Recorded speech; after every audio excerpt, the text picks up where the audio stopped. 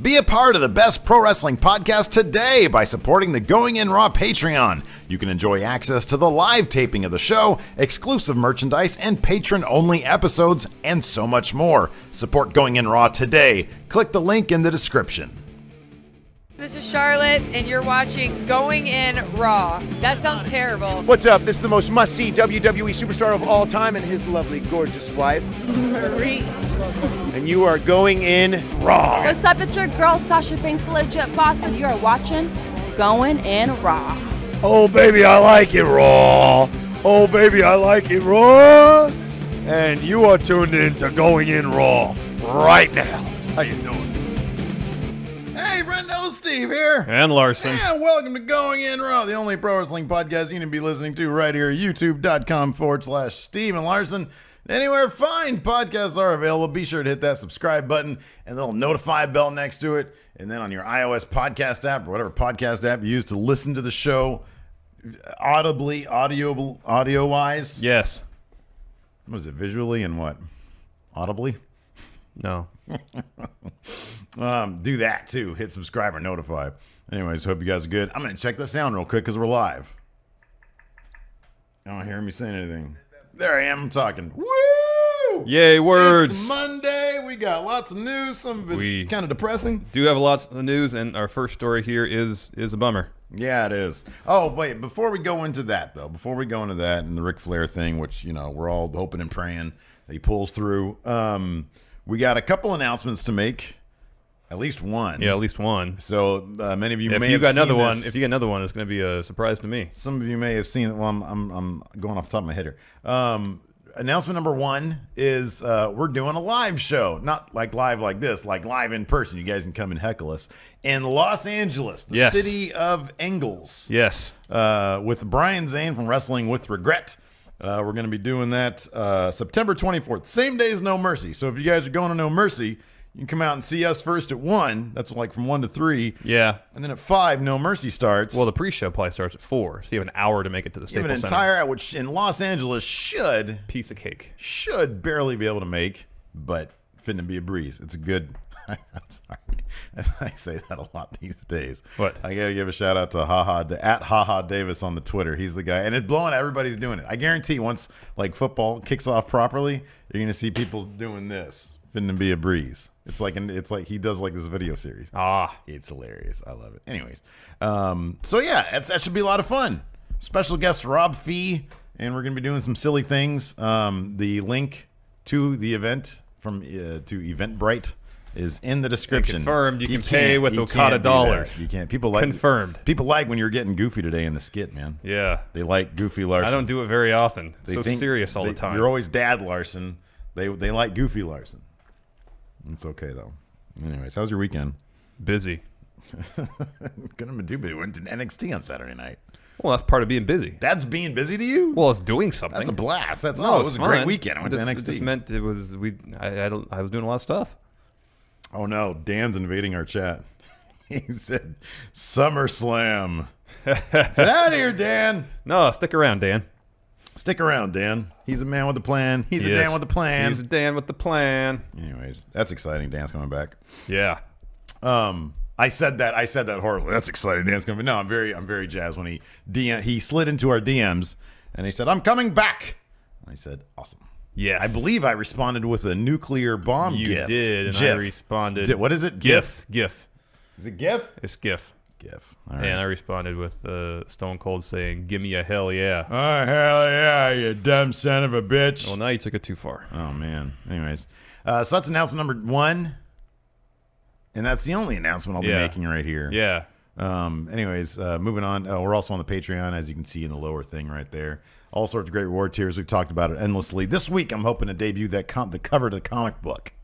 This week. Okay. Because that's done. There's nothing I don't like about that. Okay. I got to send you the PDF. Make sure you clear all the copy. Yeah, because there might be something that I don't like about it. There could be. There could be. By all means, rewrite whatever you want to rewrite.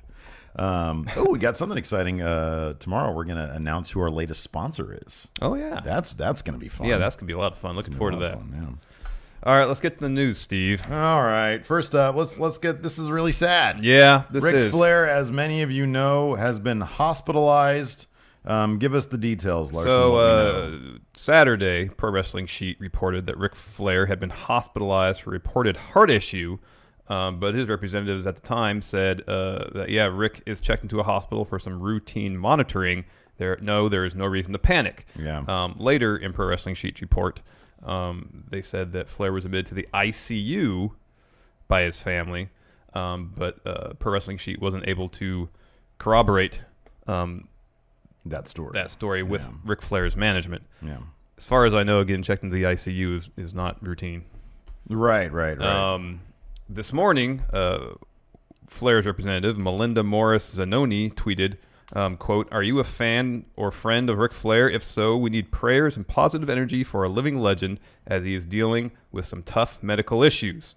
WWE issued a report quoting Zanoni's tweet. And then Michael Hayes posted also on Twitter. The Freebird. Yeah. He said, quote, "I saw Ric Flair before I flew to Boston yesterday. I can assure that he needs everyone's prayers and positive vibes. Thanks in advance." Jimmy Van, the owner of Fightful.com, who we've used some of their stories in the past for Dirt Sheet and whatnot, posted to Twitter that, quote, "As of this morning, Ric Flair was in a medically induced coma." And then just before we started, TMZ had a report that corroborated Jimmy Van's tweet and then added that Flair was being prepared for surgery, seemed to be at any moment. Yeah. He's to be taken into surgery. Still don't know officially the reason behind his hospitalization. All that we can hope for is that, as you said earlier, that he will pull through. Yeah. And that he and his family are definitely in our thoughts. Yeah. This is a bummer. We don't know, obviously there's not a lot of info beyond what we just gave you guys.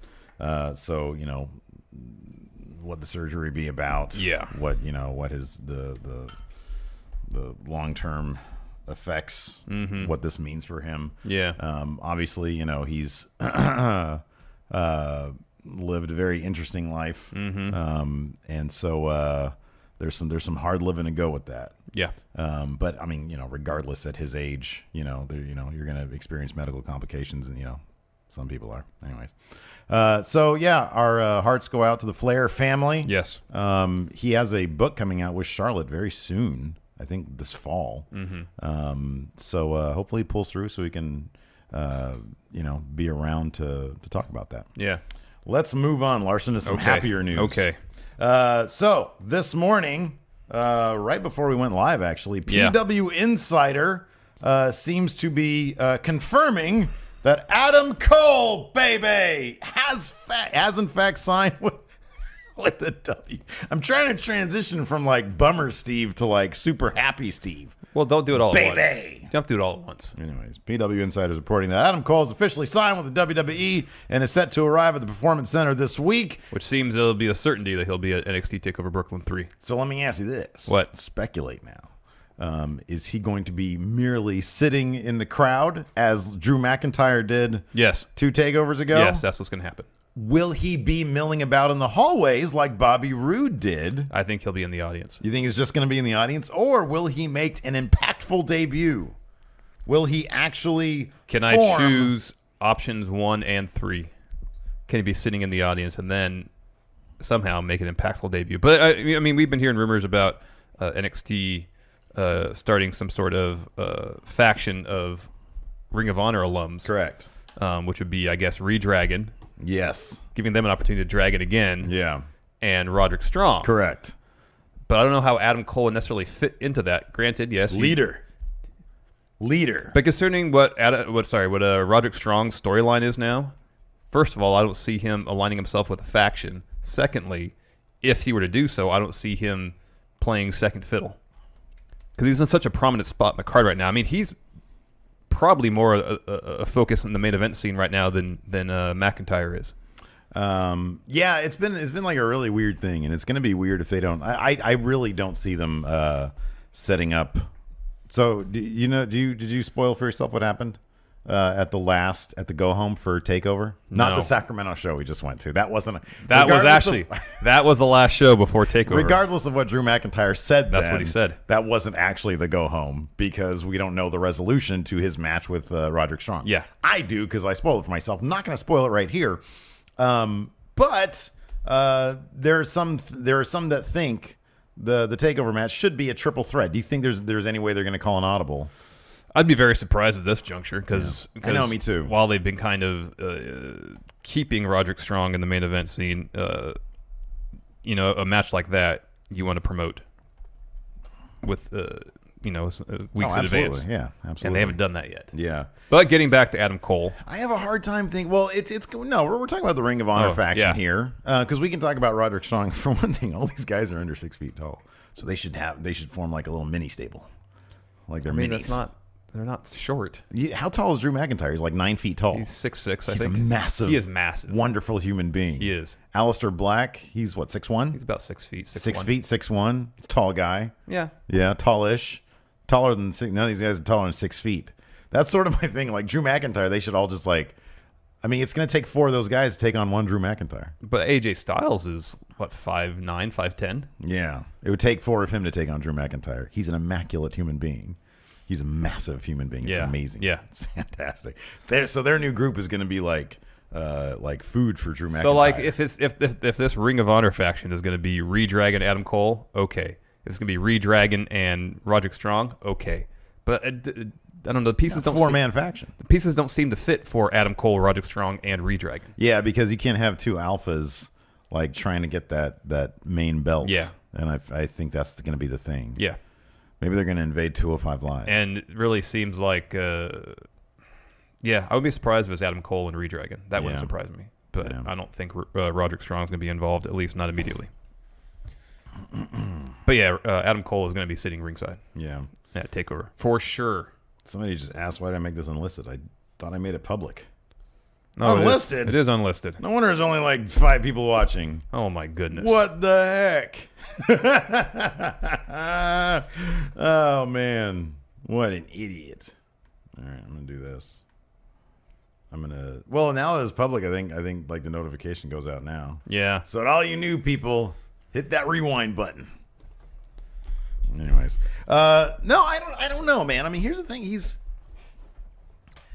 I don't know. I mean, I like the idea of an invasion thing. That's sort of that would be the idea behind Adam Cole and Roderick Strong and Redragon teaming together, is to simply make a massive impact and then, divide and conquer, whatever you want to call it. Yeah, that's not fitting in what they've been. About that's not really how they've been booking Roderick Strong, though. I know, but he needs a change, and that's why I like him joining the faction, because how long can you milk the whole he disrespected my family? Yeah, I know. Yeah, you can say that he's tired of being disrespected in his mind, so he takes matters into his own hands. I get that. Right, exactly. I like that because I just don't think you can go once he's done with Bobby Roode. What is he going to say to Aleister Black? What's he going to? By the way, if they don't give us an Aleister Black Drew McIntyre feud over that title, I would love to see that. Yeah, I would absolutely love to see that. But that's the problem with Roderick Strong, the way he is right now.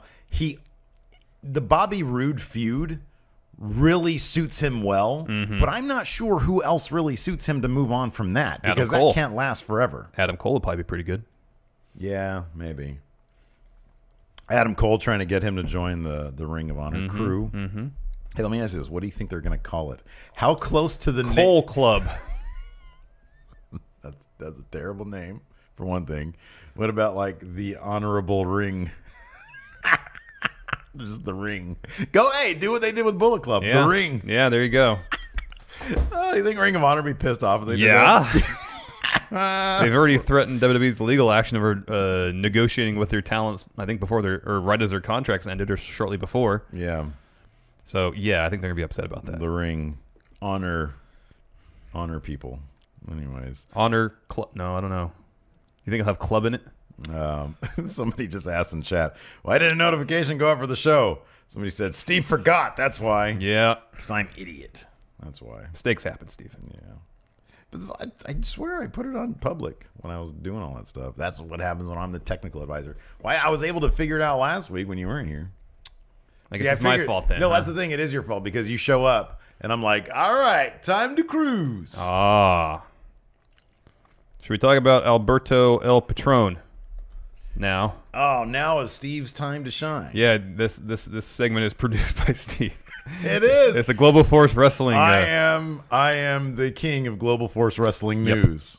This is juicy here. You know what? I think this is a positive step forward for Global Force Wrestling. Yeah, I agree with that. Alberto El Patron, better known as Alberto Del Rio, and to Periscope lovers everywhere, eager Periscope watchers everywhere, has been stripped of his Global Force Wrestling Unified Championship.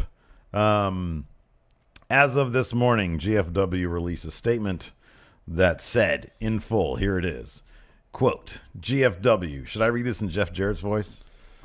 No. Or Dutch Mantel's voice? Yeah. I don't know how to do him. I just had an apple and my stomach is growling. GFW has concluded its internal consideration of the event surrounding the suspension of Alberto El Patron.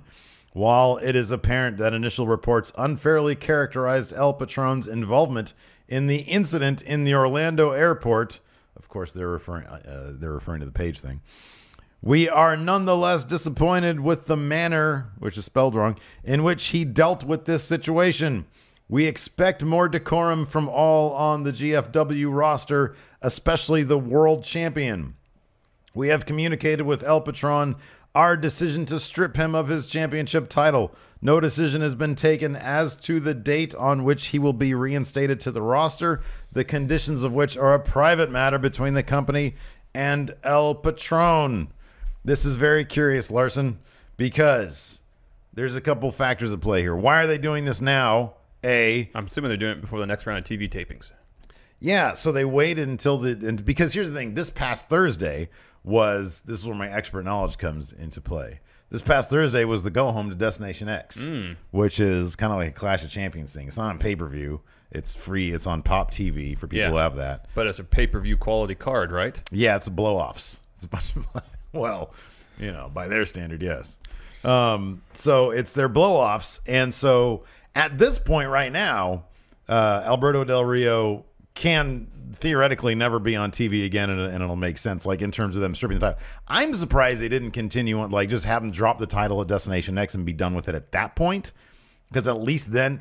And here's also the thing that's kind of curious about this. I haven't looked at it in the past 20 minutes. Yeah. This news was relatively buried on their website. I'm not going to say it was super buried, but this is their world champion. There was no tweet about it, neither from the Impact Wrestling or the Global Force Wrestling. The title Twitter. of this statement wasn't El Patron stripped the title. It was suspension update. Yes. Yeah. And it's not until the second paragraph there that they sort of bury the, hey, we let him know that we're stripping him his title. And so, like, this is huge news. Like, if WWE stripped Jinder Mahal, it would be like on their Twitter feed. Yeah. It would be on their Facebook. It would be on their tout. It would be everywhere. Yeah. So they're just sort of burying this. And then the question is, like, what happens now? So it's like, they couldn't do anything at the time necessarily because they still had all that TV tape. They have all that TV to run. The next round of TV tapings, which is going to take place after Destination X, is going to last. Their TV is going to last until October. So chances are we're not going to see him again. If we do see him again in GFW, the 250,000 people a week that watch it, yes, me included, we're not going to see him again until November. Yeah, or late October. So, and there was no, he was not arrested. He was never a suspect. They seem to place that on Page, but they say, the decorum in which he acted, yes, is not that of a world champion. So I wonder if this is something they've been sort of, I don't know, was that the final straw that broke the camel's back? I mean, there wasn't really a lot going on, like when they put the title on him until the airport incident. No, there was a couple promos he did though. Like one time he's going to drop a promo and they cut his mic because they were. Oh really? I don't remember that. Yeah, I remember reading about that. Oh wow, yeesh, willikers. So now what happens is Destination X is Thursday. Low Key was supposed to be fighting. Low Key just joined LAX. Very exciting. Low Key, he is literally the best voice in the entire business. I would actually love to see him show up in NXT. Yeah. Like, it's obvious that I'm not going to say it's obvious, but his style of working is very suited to New Japan back when he was there, because he looks like that fool tries to hurt people. His stomp is nasty, but his voice is amazing. And he's a fantastic wrestler too. I would love to see him back there. Apparently he just burns bridges. But he was supposed to be taking on Alberto El Patron for the title at Destination X. They're supposed to. I think Meltzer said they were supposed to unveil the singular championships because they've been carrying around two belts. Two belts. Everybody has. So that leads into who will be the next GFW champion, and this is where things get actually kind of cool, like in a sort of cool direction, because there are two names right now. One pretty solid, the other maybe more up in the air. Johnny Mundo, who works some of their, I guess you can call them house shows. Yeah, live events. Live events. Thank you. He's supposed to be showing up at TV. Apparently, Lucha Underground is cool with this. Another name from Lucha Underground, Rey Mysterio, evidently is in negotiations with Global Force Wrestling.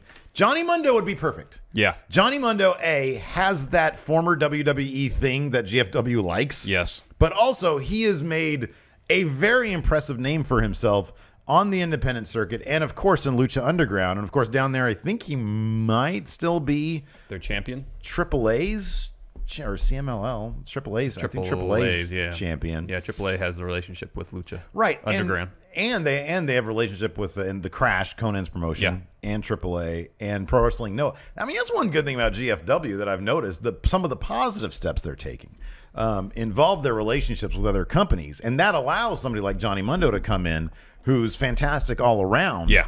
And he can put on some stellar matches, and that's what they need. I mean, there's like several layers of things that GFW needs to like get people interested in it. One thing is their crowd, and Eli Drake had an interview over the weekend where he was talking about the crowd, and he says, at this point, it's like it's the same number of people that are fans of ours. It's the same people that are coming out, and then you have like the tourists. Yeah.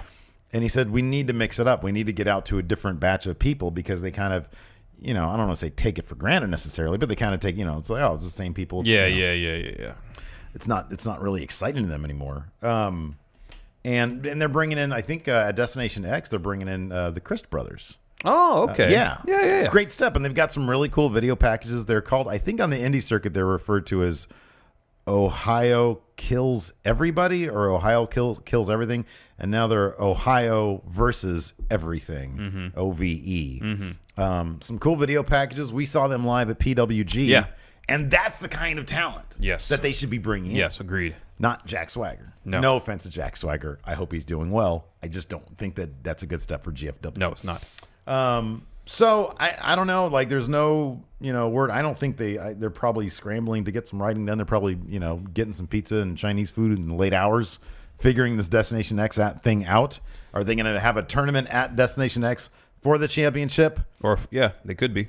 Could be that. Who knows? They could just bring Johnny Mundo over. This is interesting that you mentioned here. I'm guessing this is from Wrestling Inc. About Johnny Mundo, who was scheduled to appear at Stockton Con, close to us, this upcoming weekend, the 19th and 20th. He's also slated, I think, to be at the APW show on Friday. Oh, wow. I think. I could be wrong about that. But he wrestles with APW on a fairly regular basis. Yeah. But however, due to his contractual obligations with Global Force, he had to pull out of those events. Yeah. Let me check on APW while you follow up with. So I mean, that's kind of it though. There's any number of ways they can go, and like I said, they've done some cool stuff. I don't know if they'd be able to bring in.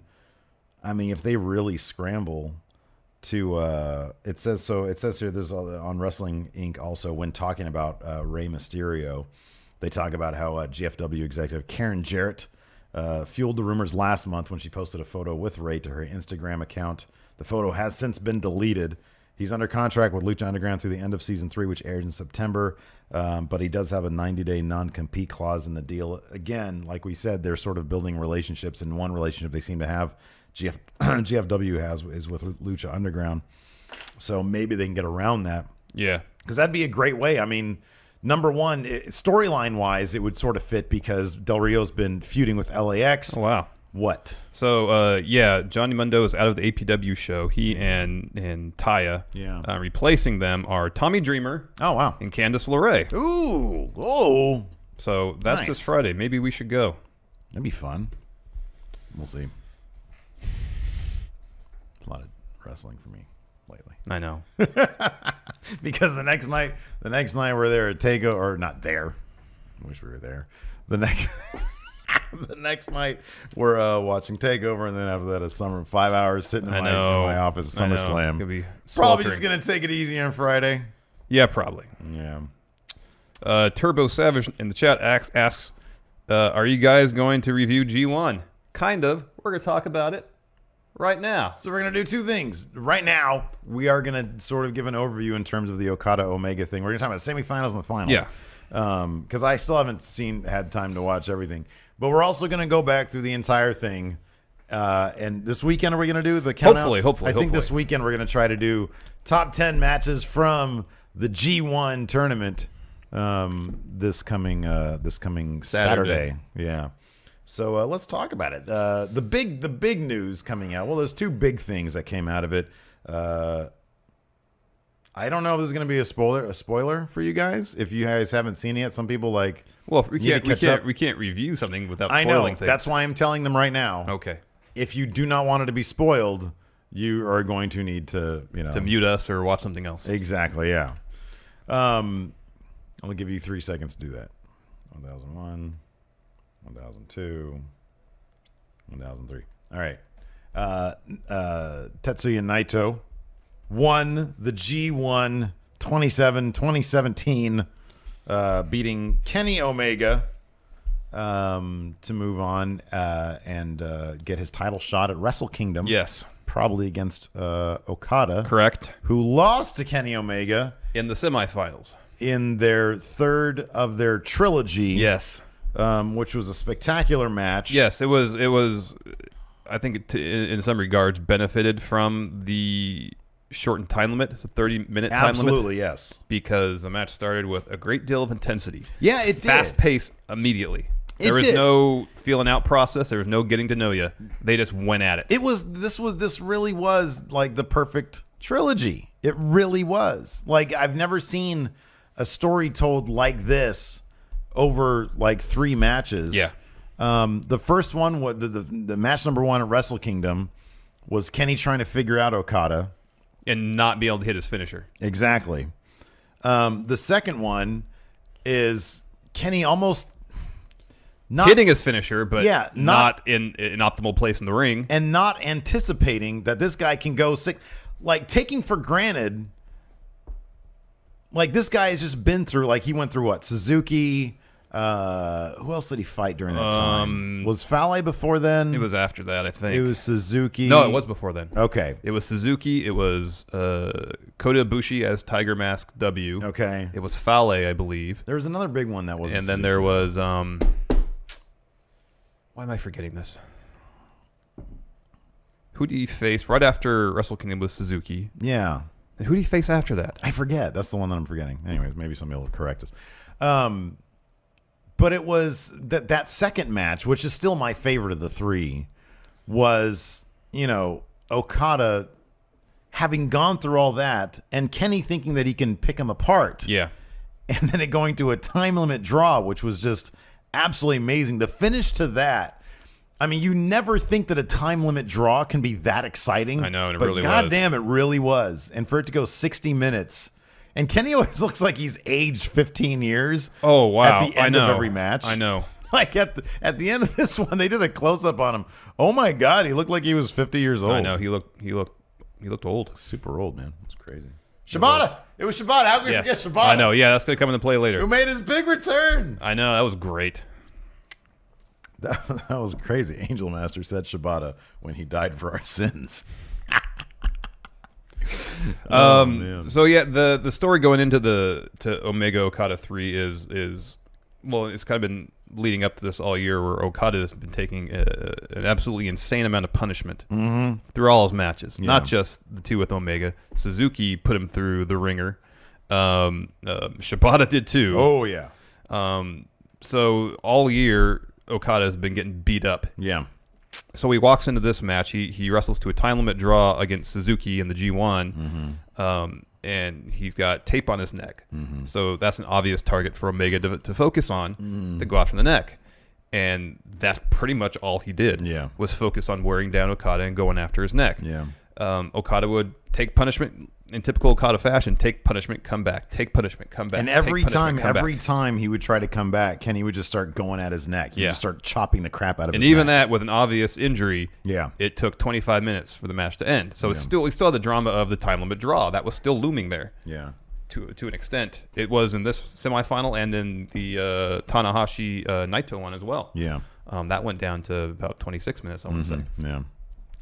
Which I watched that one today, and I don't know if it was my mood or what, but that match I think I liked more than any of the other Tanahashi Naito matches I've watched. I think so. I actually really liked. Yeah, that was really good. It was definitely better than their one at Dominion. Yeah. But that was Tanahashi just coming off his bicep tears. I mean, he didn't really know how to change his style to overcome the injury. Yeah. Who knows? But there was a lot of really cool spots in this match, as there always is in an Omega Okada one. Omega debuted the J Driller for the first time, as far as I'm aware, which helped set up the finish, where he finally hit a one-winged angel on Okada in the middle of the ring, and got the pin on him. Yeah. Advancing to the finals of the G1 for the second year in a row. Yeah, it was fantastic. And I mean, how great is that, where you set it up from the beginning and you're able to get at least number one, the G1 has been fantastic. There's been 1,000,001 stories coming out of it. He had Yuji Nagata's last G1, and he was putting on classics night after night at the age of what, like 50? Yeah. So you had that. You had the return of Kota Ibushi putting on some really good matches, some really fun stuff. And through the whole the final show of the G1, they're setting up stories that seems like the G1 for New Japan is equivalent to their Royal Rumble. Yeah. It's all putting things in place to get ready for Wrestle Kingdom coming up in January. The whole final show was really good. Yeah, for the most part. I mean, especially the two. I didn't see most of it. The two tag title matches. I'm gonna go back and watch it. How was the Young Bucks match? It was really good. I gotta watch that. It's really good.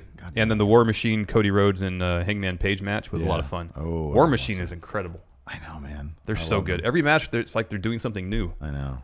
God, they're so good. There's this one spot where Ray Rowe has, I want to say, Page in like a power slam position, and then Hansen puts Cody up on his shoulders, and he power bombs and power slams both of them at the same time. Oh my gosh, it was incredible. That's fantastic. A lot of incredible, really creative spots. Same with the Young Bucks match. I mean, the Young Bucks, I know they have the reputation of doing a lot of high spots, but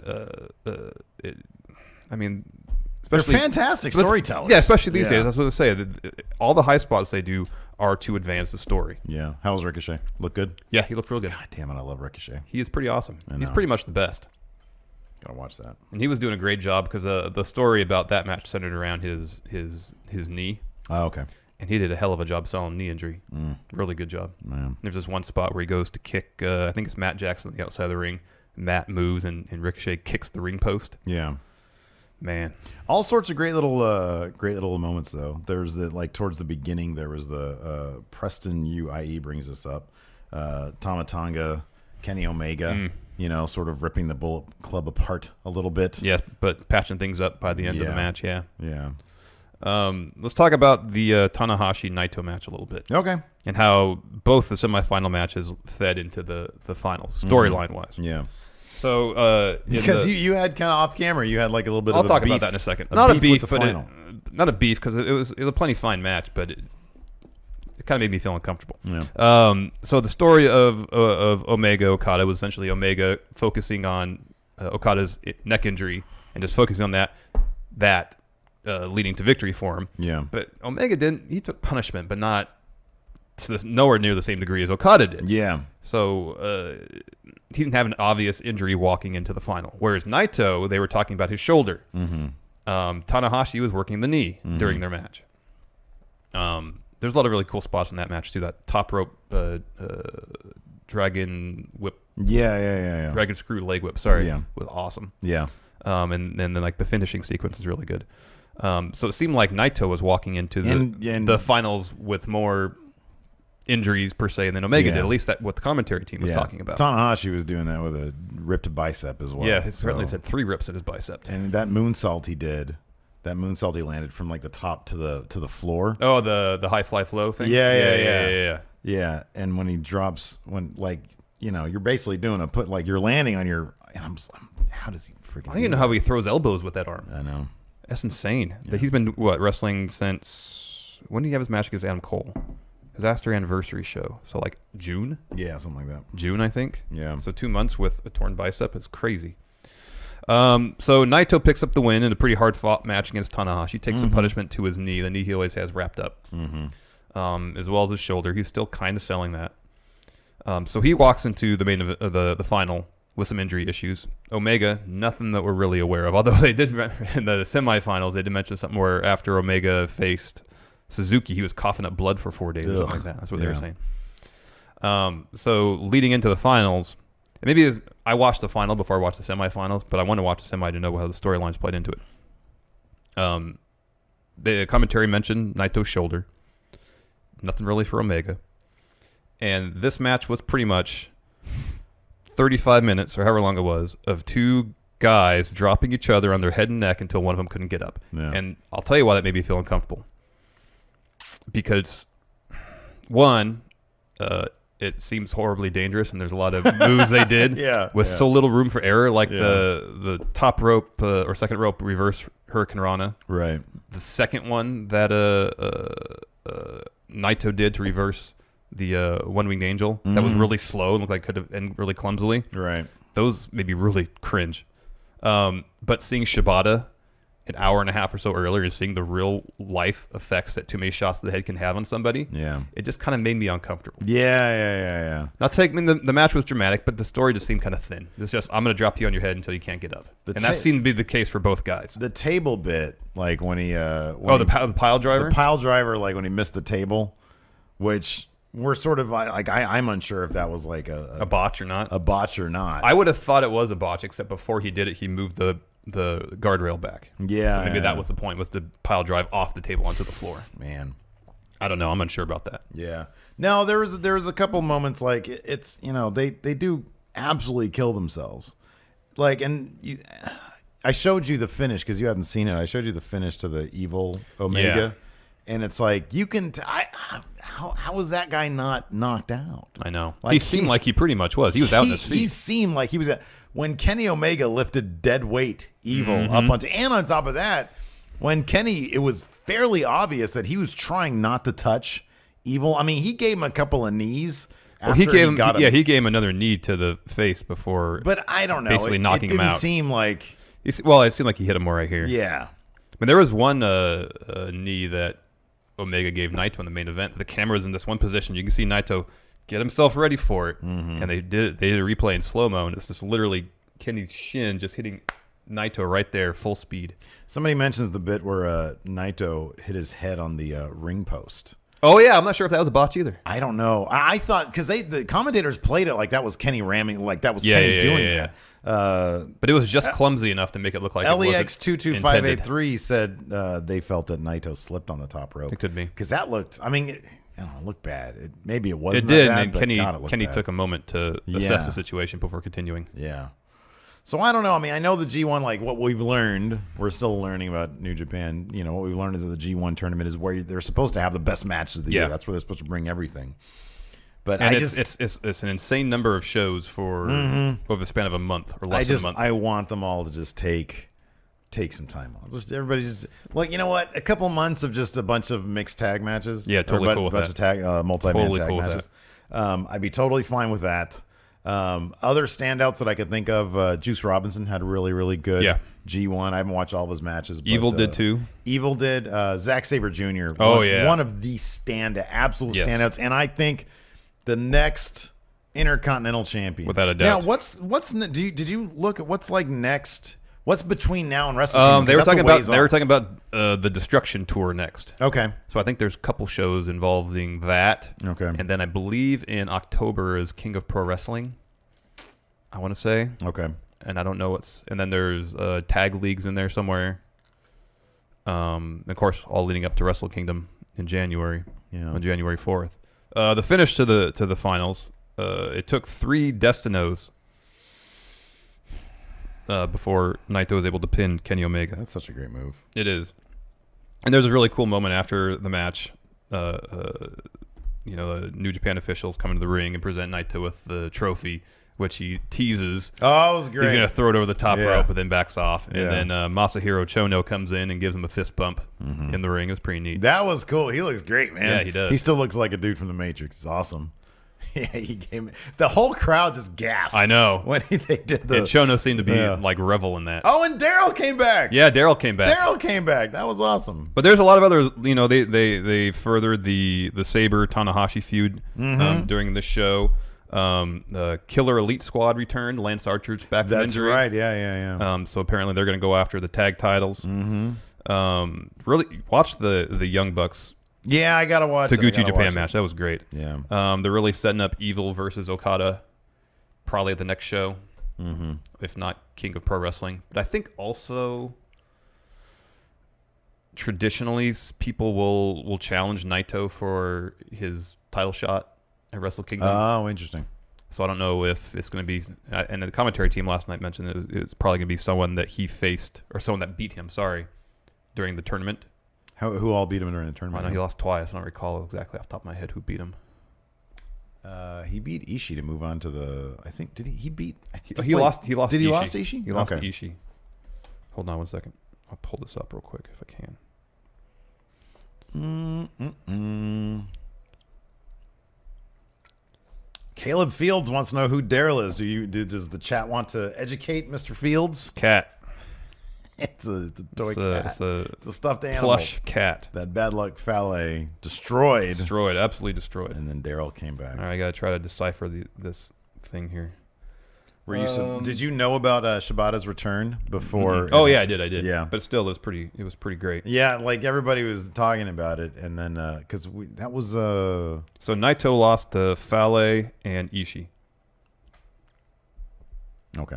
So in theory, either of them could challenge Naito for his title shot. I could see it being Fale. Yeah. When's the last time Naito beat? Did Naito beat Ishii at? He lost to him at the G1 he lost special. him at the G1 in USA special. Yeah, he lost to him here, so I wouldn't be surprised if we could end up another. Sabre take. He lost to Goto, Oh, he lost to Ibushi. God, I gotta watch that. Oh, he actually kind of had a 500 record. What did Yoshihashi do? 1, 2, loss. He won twice. Loss. 2-7 then. What about? Wait, was Bullet Club Hunter in this? I don't think he was in it. No. Yoshitatsu. No, he wasn't in it. Ah, you're the worst. That's great. And they were also after the show setting up something for Kenny Omega and Kota Ibushi. Yeah, that's right. There was a online I saw. backstage, and that's the kind of backstage segment that they're never gonna do it. They're never gonna. Maybe they shouldn't. Maybe they totally shouldn't, because then we would lose that aspect of things in the WWE. But so backstage, the Young Bucks were helping Kenny Omega, and Kota Ibushi shows up, and he's just standing there, and Kenny starts like shoving everybody away and saying, "Get away from me!" And goes up to Kota Ibushi, and they kind of like half awkward hug. Yeah, I know. It's like they kind of have a tender moment, Yeah. and then Kenny pushes him away. It was like, what was the Will Ferrell bit? Was it Step Brothers, where he didn't know how to hug? Adam Scott's character. Yeah, It was like that. They like hit each other a little bit. yeah, it was like that. But then Kenny walks away down the hall with the Young Bucks, and they cut back and forth. Sorry, they dissolve back and forth between Kenny walking away and Kota watching him walk away. It was pretty funny. I want to know what love is. Patrick Oliva reminds me that also they're setting up Suzuki versus Michael Elgin. That'll be good. Oh yeah, that's right. That's That's gonna be right. good. That's gonna be good. There's your next never overweight champion, Michael Elgin. Here, let me see what the schedule looks like for the rest of the year for New Japan. Yeah, Destruction. So you have looks like 1, 2, sorry, at least 2, maybe 3 Destruction shows. Yeah, in various cities, and then it's King of Pro Wrestling October 9th, and looks like next one after that is Power Struggle, November. That's what they've announced so far. So King of Pro Wrestling, I think, is the next huge show. All right. October 9th. So that's the next time we'll probably do a New Japan video, apart from this weekend. Unless the Destruction shows look like they could be really good. Yeah. Which, Well, we'll talk. We can always talk about them on the Monday show. Exactly. We're winding down the show for today. If you guys have any questions, Yeah, let's take some questions. We will open the floor to questions starting now.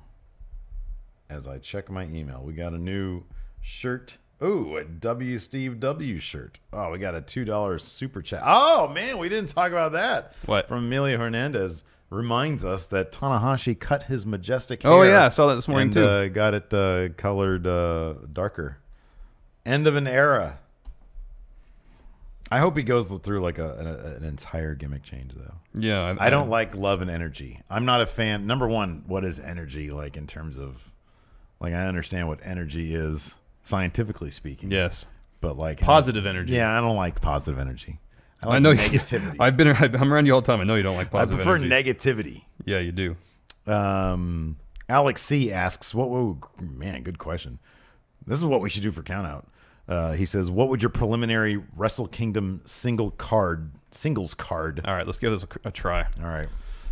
So obviously it'd be Okada and Naito main event Yes. for the World Heavyweight title. Omega Ibushi. But in a little cart match. Yes. Where they're driving in carts the parking and lot. Fireworks. Yeah. Fireworks, yes. Fireworks and carts in the parking lot. Yes, match. absolutely. Okay. So Omega Ibushi for the U.S. title. For the tag titles, as much as I want to see War Machine and NXT, I want them to stay in New Japan. They're so awesome. Yeah, I know. I could stand to see them in WWE, though. I'd be fine with that. There are other guys that I don't want to go to WWE. So let's have I don't know how long Taguchi Japan is going to have the tag titles. Well, those are the junior yeah, heavyweight ones. Junior heavyweight ones. Oh, and we also didn't mention there was that odd video vignette signaling somebody's arrival. There was like a weird shots of there was like shots of like pages from a book. It reminded me a little bit without the reveal of the Cody Rhodes vignette, very highly produced. And there was like a guy with like a switchblade.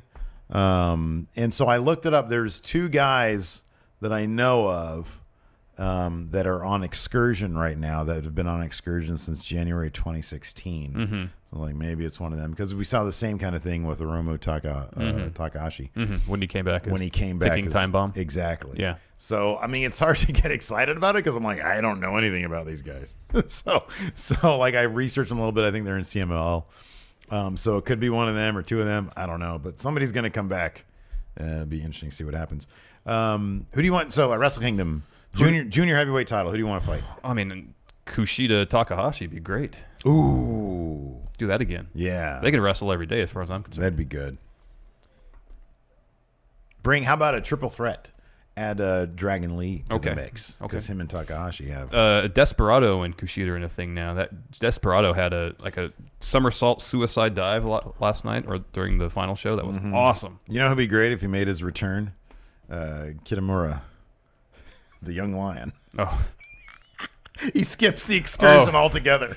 Dude, after the Suzuki-Gun tag match during the final show, Suzuki just took a chair to all the young lions. Oh, I know. I saw it. It was great. Oh, my God. He is such an old bastard. I love it. Anyways, that's our Wrestle Kingdom lineup. That's what we should do. Top 10 matches we want. That should happen at Wrestle Kingdom. Yeah, that's great. Based on the results of the G1. Yeah. And add the card. That's what we should do. Because, man, rating 10, like 10, we have to choose 10 out of all these? I know. It's so hard. It was huge. Anyways, let's see here. Chris Kimmel, do you think this will be the last Wrestle Kingdom for Kenny Omega? He'll have one more. I hope not, man. I don't know. Like, I want to see him versus AJ Styles. Can they just sign him for WrestleMania and then he goes back to it? Because I do want to see that. I want to see that. I don't know how long. The thing is, they need to groom somebody to take the U.S. title off him. Yeah. And I don't know who that is yet. I think they want it to be Juice. Yeah. I think that's what they want. But I think it's going to take a little while. 2 words, Tamatanga. Jason Lee, do you think Adam Cole will go straight to the main roster or NXT? No, he said he wants to go to NXT, so he'll go to NXT. Baby. Did you watch Suzuki versus Yano? No, I watched what Yano match? I watched Yano versus Omega. You watched that one? Omega. I love that match. I think I watched Yano versus Tamatanga, but I don't remember anything from it. I saw the finish to Yano versus Juice Robinson when he tied up his dreadlocks to the barrier. You got to count out, right? Because I think that's the thing with him. I think all of his stuff was count outs. Because I know somebody, I think it was Sonata, put him in the thing where he tied him locked up. Yeah. and tied him at the top of the ramp, and then just sauntered to the ring, got the count out win, and sauntered hilarious. back. So nobody has a saunter like Sonata. I know that dude is the best saunterer. Alex C suggests Michael Elgin for the U.S. title. Oh, that's a good one. Him and Kenny Omega, their match. Yeah, they put on some spectacular matches. They put on some great matches. But I kind of feel like Kenny needs to hold that belt for a while. Yeah, no, Longer I than agree. 6 months. I agree, absolutely. Trey Saunders asks, if Lucha Underground goes under, how many of the wrestlers do you think will end up in WWE or New Japan?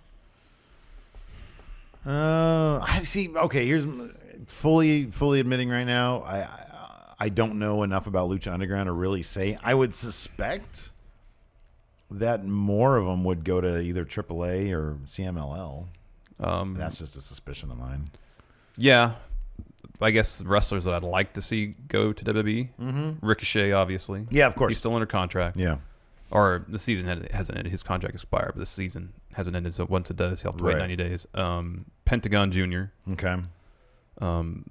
Those two guys more than anybody I want to see in WWE or NXT because they're both fantastic. There's a lot of other really good wrestlers. And Jeremiah Crane, a.k.a. Sami Callihan. Yeah. Solomon Crow. Bring him back as his hacker gimmick. Terrible idea. It's Oh, yeah. Alex C says Willie Mack. Willie Mack is great. Mm-hmm. Yeah. If Preston, again, if CM Punk didn't want to be Bullet Club, where would he best be used?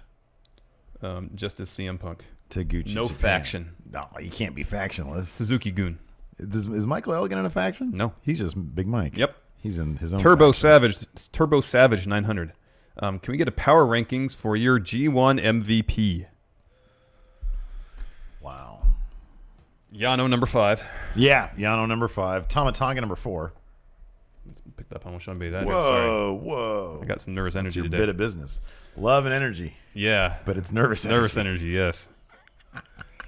Nerves and energy. Nerves and energy. That's for me. That's your gimmick. So Yano number 5. Yes. Would you say number 4? Tamatanga. Okay. Because he just started off saying, "I don't care if I win this thing." That There you immediately go. gets you on the power rankings. 3 Kota Ibushi. Good. 2 Zac Sabre Jr. Yes. Yeah. Who's number 1? Oh man. I mean, it's easy. It's got to be Kenny, right? I guess so. Okada doesn't even make the list. No, man. He's the best wrestler in the world right now. Doesn't he make the list? He lost. No, he was one match away from setting the record. Setting for the most record. points ever in a G1. All right, take out Kota Ibushi. Put in Okada. Okay. There you go. Alex C says Nagata, number 1 for him. God, how is Eugene get? Yeah, Nagata number 5. It's hard. Yeah, it's hard to. Come on, like all these stories, we got to boil it down to count. I Let's know. just. Hey, it's more fun to do the matches that should happen at Wrestle Kingdom. Yeah, we'll do that. Let's do that. Let's do that. So you will not get our top matches. I'm There's- not even sure if I could watch. I know. There's a lot of wrestling. We still have to watch. At least I still have to watch Wrestle Classic, Wrestling Classic, whatever the one we have. Wrestling Classic. Wrestling Classic. That's your homework for. Yeah, we got to do that soon. I know. Yeah. Anyways, it's 12:59. We've been going for an appropriate amount of time for a podcast. Okay, that means it's time to All right. discontinue this stream. That's correct. I got to stand up now, and I got to discontinue the stream. Can you reach and just yank the USB cable out of there? Bye, everybody. Oh no! Here, I'll make sure you don't tip. Bye, everybody. We'll see you later. We'll